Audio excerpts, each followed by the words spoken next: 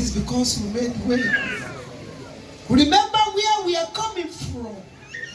A life of hopelessness. We want to thank you for where we are today. For giving us rest, taking us through the journey.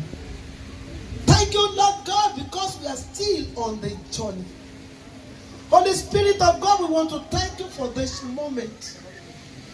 Thank you because you have given us the power to design our destiny according to your will. You say only speak the word. Father, I'm asking you that you that have called us, that you have chosen us, the power to be able to speak to the mountains. That everything that is not right, everything that is challenging our faith, that is troubling us, that power to speak to that mountain, to move and respond. That is the anointing of God to rest upon us, so that we can be able to speak to every situation, and they will respond in your name.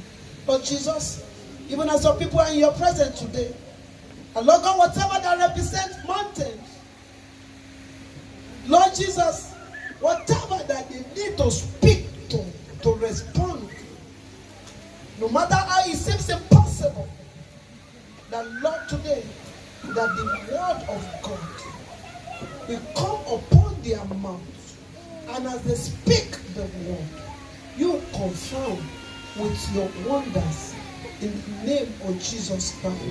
Holy Spirit of God, do your unusual work in the life of your people, so that people will know of indeed that we serve a living God. Father, it's time for people of the world to know of indeed that you are God in the life of the people that have called to yourself. Holy Spirit of God, speak to us, encourage us, empower us, anoint us to make a decree, and is established. Blessed be your holy name, in Jesus' name. Today, the message is speak to your mountain. Speak to your mountain. There's difference between speaking about a mountain and speaking to a mountain. When you speak about a mountain, is that you are telling people about your problem. That I don't have this. I am this. I am that. Just speaking about it, elevating the problem, magnetizing the problem.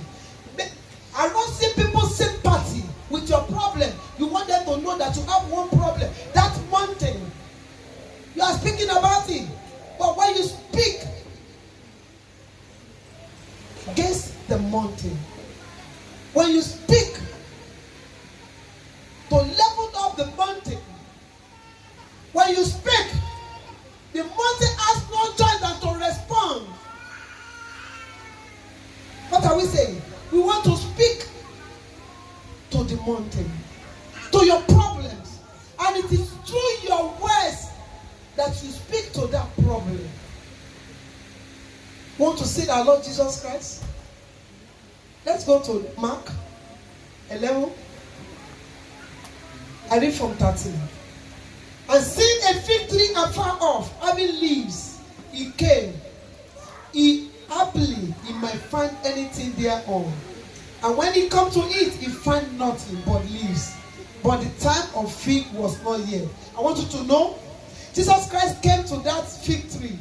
It was not the time of the fig tree to produce. He only saw leaves there. And 14. And Jesus answered and said unto him, no man eat fruit of thee hereafter forever. He just said it, the spoken word. It was not yet time for that fig tree to produce. And he came there and he found leaves there. And he just said it. He said, you this fruit, no man will eat from you from ever. There was leaves there. Then let's see what happened in 21. Okay, 20. And in the morning, as they passed by, they saw the fig tree dry up from the root. See, when Jesus Christ said that, if the greater work that you walk, we will do the greater work. He cannot just say it because he said it. Because he meant it. Because he knows what he's saying. That's why he said that if you have done a great work, you will do greater work. And he spoke to the fig tree. He just told the fig tree, no man eats fruit from there on forever. He did not look back. He was not cross-checking. He knows that he has spoken with authority. He knows that the word of his mouth can never go without being fulfilling. He knows who he is. He knows the spirit that lives inside of him. So he was not going, he's not experimenting. He was sure of his word. He was confident that that word that he released, he will do something. And the following day, something happened. They said that the fig tree dried up from the root because he had said, no man will eat from this leaf again. The following day, the leaves wither. That is the authority that he has given to you. That say, there's a difference between lamentation about your mountains of problem. Lamenting, you want people to sympathize with you. You have problem when you have the mind to speak. Jesus Christ was trying to tell us that you can exercise authority. You can declare the word. And once you declare the word in his name, things begin to happen. Because there's power in his word, in his name. Now, and look at, and Peter calling to the remembrance said unto him, Master, behold, the fig tree which thou causest withered away. He's calling him saying, yesterday you spoke to this thing. And this thing that you spoke to, it's withered. That's why I tell you, if you are a child of God and you're a servant of God and you are a believer, you don't speak anyhow. You don't talk any careless word. So what is representing mountains in your life? What is that mountain? What is that problem that looks impossible? It seems impossible to men. To men. To man. To you. It may be impossible. Say, when Mary was conceived of the Holy Spirit, it does not need to know how it's going to come. The Bible says when the Spirit of God comes upon you, that means that the Spirit of God that comes upon you gives you the authority to declare the word to everything that is not of God. Because if you cannot say, the gospel that we preach is the demonstration of his power. If you cannot believe in the God that, say, the time we have been staying here, if it is work of man, you know how much they would have paid you. And you are serving a God. It's not a dead God. It's a God that is alive and is alive in your life to do what? Extraordinary thing. To show forth his power. You just have to believe every word that comes out of your mouth is the word of power, authority. To declare the counsel of the Lord. To decree a thing. What he did that, he decreed to that fig tree. He just want to tell you that you have the ability to recreate your word according to the will of God for your life. And let's see. Let me see. Verse 11. And Jesus answered and said unto them, have faith in God. Have faith in God. When you have faith in God, you do not speak about your mountain. You speak to the mountain. Speaking about the mountain is expanding, magnifying, promoting the mountain, promoting your problem, making people to see you as somebody that needs help, which they cannot help. The Bible said your help comes from the Lord. So if you want to speak, you speak to God. Believing in what God said concerning you. He said, have faith in God. The faith that you have in God moves mountain. Let's see what he said. He said, for verily I say unto you, that whosoever shall say to this mountain, be thou removed. When you see mountain, it is impossible physically to remove mountains. But Jesus can say, you need one thing, have faith. Have faith in God. For impossible to be possible, you need to have faith, to exercise the faith, to exercise the authority. And he said something. He said, have faith. Have faith. He spoke to that fig tree. It was not the time for the tree to produce. And the Bible said it withered from the roots. That means it can never germinate again. Then do you have faith?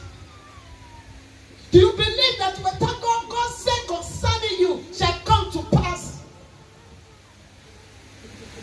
Do you know that you cannot die before fulfillment?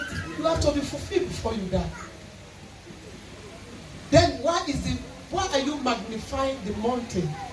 Why are you promoting the devil? He said every crooked way shall be leveled up. If you don't speak to the crooked way to be leveled up, if you don't pray, if you don't say something concerning it, it remains crooked. The mountain remains mountain. The problem remains mountain as far as you are seeing it as a problem. He said, for when I say unto you that whosoever shall say unto this mountain, be thou removed, and be thou cast into the sea, and shall not doubt. Cast into the sea. We have seen that all things that are wanted are being taken to the sea. That mountain has to go to the sea. It's no return. He said, and shall not doubt in his house, but shall believe that those things which he said shall come to pass. He shall have whatsoever he says. That is, every of your utterance that you believe and you say, that which you say will come to pass as you said it. He said, therefore I say unto you, what things soever you desire, when you pray, believe that you receive them, that ye shall have them. Now listen, he said, and when you stand praying, forgive if you have aught against any, that your Father also which is heaven may forgive you your trespasses. That is, for you to be able to pray and to speak to mountains, you need to forgive. You are not to have anybody against, if having bad feeling against anybody. You have to forgive. You don't bear grudges. You don't keep malice. You are not striving. You are not envy. If you want to be a prophet, to speak the word and there's confirmation of your word. Jesus Christ is telling us something, that to speak to your mountain. For you to speak to your mountain, you must shun every appearance of evil. He said, have faith in God. Having faith in God makes you to surrender to God. Believing in Him. Believing in His do's and don'ts. You cannot use one hand to carry sin and you want another hand to give you answer prayer. No. I want us to see Matthew 21, 19 to 20. You see the same thing? I want us to read it. He said, and when he saw the fig tree in the way, he came to it and found nothing thereon, but leaves only, and said unto it, let no fruit grow on thee henceforth forever. And presently the fig tree withered away. And the disciples saw it, they marveled, saying, how soon is the fig tree withered away? It does not take time. It does not take time. Matthew 21, 19 to 20. So what am I saying? You have to be able to speak the word. Have faith. It's faithlessness that makes us to be speaking about the mountain, about the problem, when you are looking as for solution in the hand of man. And the Bible says, woe unto him that put his trust in the arm of flesh, for the arm of flesh will fail. Now let's look at Ezekiel 37. It's a very common place that we know. I want us to see something about this prophet. Ezekiel 37. 37 will start from 1. Okay. And the hand of the Lord was upon me. See, the answer for you to make exploits, for you to be able to speak to your mountain, the hand of God must be upon you. And carry me out in the spirit of the Lord. See, when the hand of God is upon you, you are full of the spirit of God. Then that's how you can declare the word. Oh yeah? And set me down in the midst of the valley, which are full of bones. When the hand of God is upon you, begin to direct you and direct your prayer. He carried him because it is time for the dry bone to live. So the spirit of God was upon him. He carried him. Oh yeah, what did he do? And caused me to pass by the round about. He carried him to the midst of a dry bone. Have you gone to Abattoir? Have you seen the bones that those after they remove the flesh, where they dump bones, and they have been dumping this bone for thousands of years, and the spirit of God that was upon that man of God carried him through and told him round about the dry bone, the valley of the dry bone. And behold, there were very many in the open valley. There were many dry bones there. And lo, they were very dry. Very, very dry. And he said unto me, Son of man, can this bone live? And the God began to ask the prophets, And I answered, can this bone live? You look at it as a physical man now. A bone that has been in Abattoir for, let's say, even 10 years. And God carry you to that place and begin to ask you, can this bone live? What is the problem that you are facing today that is like that? Is your problem over 50 years? Or the body with the problem? And God is asking you, son of man, can you live? Is there a solution to your problem? Oh yeah, let's see. And I answered, O Lord, thou knowest. He now say, I don't know, because only you, God, that knows. And again he said to me, prophesy upon this bone. And he said, speak to the dry bone. So you are just out to speak to that situation, because it's only God that knows. So your own is to speak. And he said what? And said unto them, O ye dry bone, hear the word of the Lord. And he began to speak to that mountain of the dry bone. And he said, O ye bone, hear the word. It is not the word of the prophet again. It is the word of the Lord. What is the word of the Lord concerning the mountain that is confronting you? What is God saying concerning the thing that is troubling you? What is God saying concerning the sickness, the affliction, the sorrow, the torment? What is God saying? And the Lord began to direct that man of God and continue. Thou said the Lord unto ye, unto these bones, behold, I will cause breath to enter into you. The plan of God concerning the dry bone is that God wants to cause breath. The plan of God, the thought of God concerning your problem is to show forth to His glory. Oh, look at that woman with the that had been bowed down for 18 years. He was doing like this. The Bible said he's the daughter of Abraham. And one day he met the Lord and he loosed from that infirmity. Because why? The word was spoken directly to the infirmity. And the infirmity did not have any choice than to respond. How have you been speaking to your problems? How have you been speaking to your mountains? Continue. And ye shall live, and I will lay slain you upon you. God has a process of breaking down the mountains. If something is confronting one person, he may not use the same method to bring down your own mountain.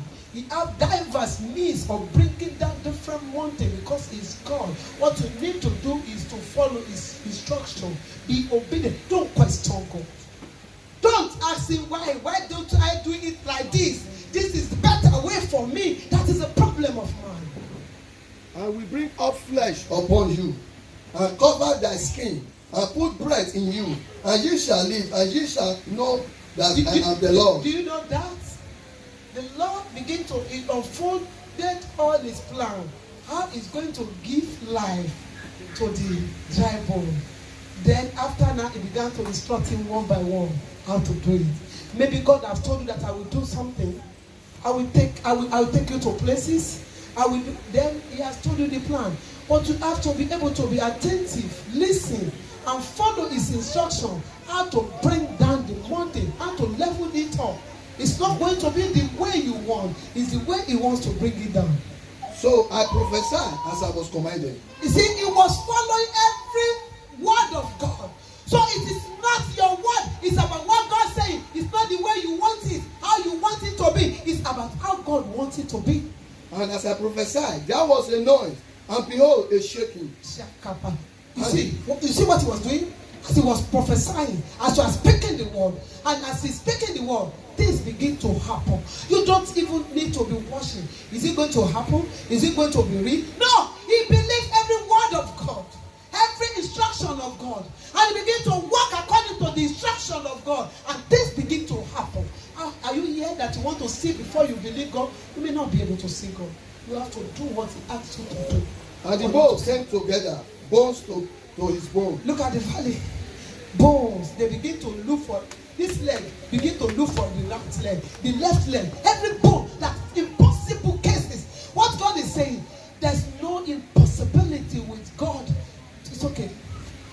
There's no impossibility with God. God has a solution to your problems. Don't compare yourself with others. Everybody have gone, only you that remain. It does not matter. What matters is that God is on your side, and you are following his divine instruction. Let's see what happened. Acts of Apostles, that lame man that was always at the temple for prayer, begging. Acts of Apostles 3. Let's start from 1. Verse 1. You just have to speak to your situation. Don't wait for somebody to help you. Acts of the Apostles chapter 3 verse 1. Now Peter and John went up together in the temple at the hour of prayer, being the ninth hour. Verse 2. And Look at this. People, they always go for prayers. See, gospel of Christ is all about prayer. See, if anybody that is tormented for prayer is having another spirit that is not of God. You can't do anything without prayer. If somebody say prayer is too much, it needs deliverance. If somebody say, that means that person, he needs to cast out some spirit that is not of God. You have to deal with your spirit. Because Christianity is all about prayer. Prayer is the only communication we have with God. If you cannot pray, you cannot see God. You cannot hear God. The spirit that is in you is not of God. You cannot pray. Somebody say, I pray silently. Why does the Bible say from the time of John the Baptist, the kingdom of God suffered violence, and the violence take it by force? Why is it Paul and Silas have to make noise before shaking came? Why is the Bible say we cry unto the Lord? And somebody will tell me that we don't need prayer. No, that is the strategy of Lucifer. Jesus prayed. If you see somebody, they don't pray, run away. They have another spirit there. Continue. Verse 2. And a certain man lame from his mother's womb was carried, whom they laid daily at the gate of the temple. I don't know. This man was born like that. He was born like that. He has never known what it means to walk. He has never experienced it. And this man have looked at himself like that. But he always stay in the place of prayer. He believed that something connects him. And I believe that, maybe he believed that there's going to be life one day. But he does not know how it's going to come. But he just believed that I have to attach myself to this place of prayer. And let's see what happens there. And which is called beautiful, to ask alms of them that enter into the temple. Because in those days, when you are handicapped, you cannot enter the temple. So because of that impediment in his life, he cannot enter into the temple. So he has to stay there to beg for alms. Then he was in the right place, believing that maybe those people that are coming will give him alms. And that he can have as well go to different places to beg, but he look at that place as a very divine position. Maybe you are here, you don't know the reason why you are coming here, and you just believe that you just need to come. But one day that man was born. That man was born with that problem. He was not with that problem. But one day something happened to him. Verse 3. Who, seeing Peter and John about to go into the temple, asked an alms. Verse 4. And Peter, fastening his eyes upon him with John, said, look on us. Look at what he did. He was just begging like this and begging. And he said, look on us.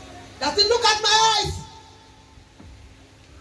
Whose eyes have you been seeing today? Because in the eyes, that man of God is the eyes of God. It's the eyes of God. What is telling him? It's not about the hands. It's not about your situation. Look at the eyes of God. Don't beg. You don't need to beg again. Because he has limited himself that is what he can do. But that they say no. See yourself beyond that situation. See yourself beyond your problems. Look on us because we are looking on Jesus. So look at the reflection of Jesus you are seeing. It is us. Look upon that Jesus. That was telling that man. Have you been looking elsewhere? Or you have agreed with your problems? Let's see what happened here. Verse 5.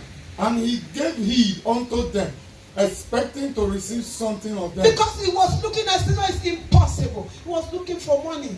Is it in their eyes the money in? No. To look upon Christ in them. Verse 6. Then Peter said, silver and gold have I not, but such as I have give I thee. In the name of Jesus Christ of Nazareth, rise up and walk. Spoken word. He really said, look on us. He magnetized the power of God. Then he spoke the word to bring the miracle. If you don't look upon Christ, even when you speak the word, nothing happens. But when you remove your eyes away from your problems and you look upon Christ and you speak the word, and things begin to change. There are times when we look at the problem instead of looking at Jesus. When you look at the problem, we speak the word, nothing happens. Continue. Verse 7. Verse 7. And he took him by his right hand and lifted him up, and immediately his feet and ankles bones received strength. Immediately, as he spoke the word, things began to, the strength came upon the man. You don't need to look here and there. You just need Jesus. You don't look at yourself as you have been written off.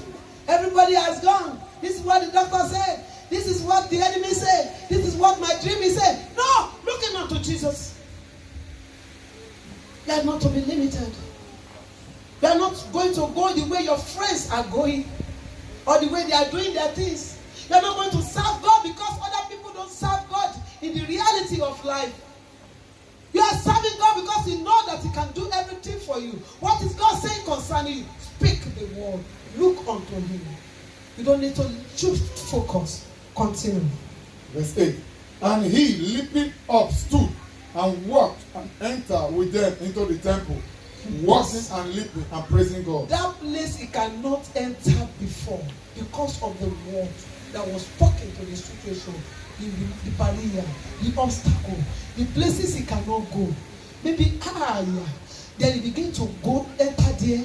He can live a normal life. But before, he was looking for money. He was looking at himself. Oh, I wish I'm like these people.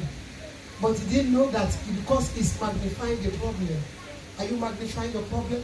Matthew 11:27. No, let's go to Matthew 28:18 first. Matthew 28:18. Matthew 20, we are rounding up now. Matthew 28:18. Doctor said this, doctor said that. What is God saying? No, you don't keep that one. 28:18. Yes. And Jesus came and speak unto them. He said Jesus came and spake unto them, saying, Power is given unto me in heaven and in all earth. powers given unto him alone in heaven and on earth. Is the solution. There's no person that has been given power. Without him, there's no power. Whatever he tells Satan to do, he cannot go beyond the limits. The enemy cannot go against his word. Then why won't you trust God? Matthew 11:27. All powers have been given to you. And that is your God. Why are you worried? Instead of you locating how to serve him better. 11:27. Verse 27 I read. All things are delivered unto me of my Father. All things are delivered unto me. See, he has no limitation. Everything has been given to him by his Father. He decides. Continue. And no man knoweth the Son, but the Father. Neither knoweth any man the Father, save the Son. That you cannot know the Son without knowing the Father. You cannot know the Father without knowing the Son. And okay. It's okay. Colossians 2:10. We are rounding off.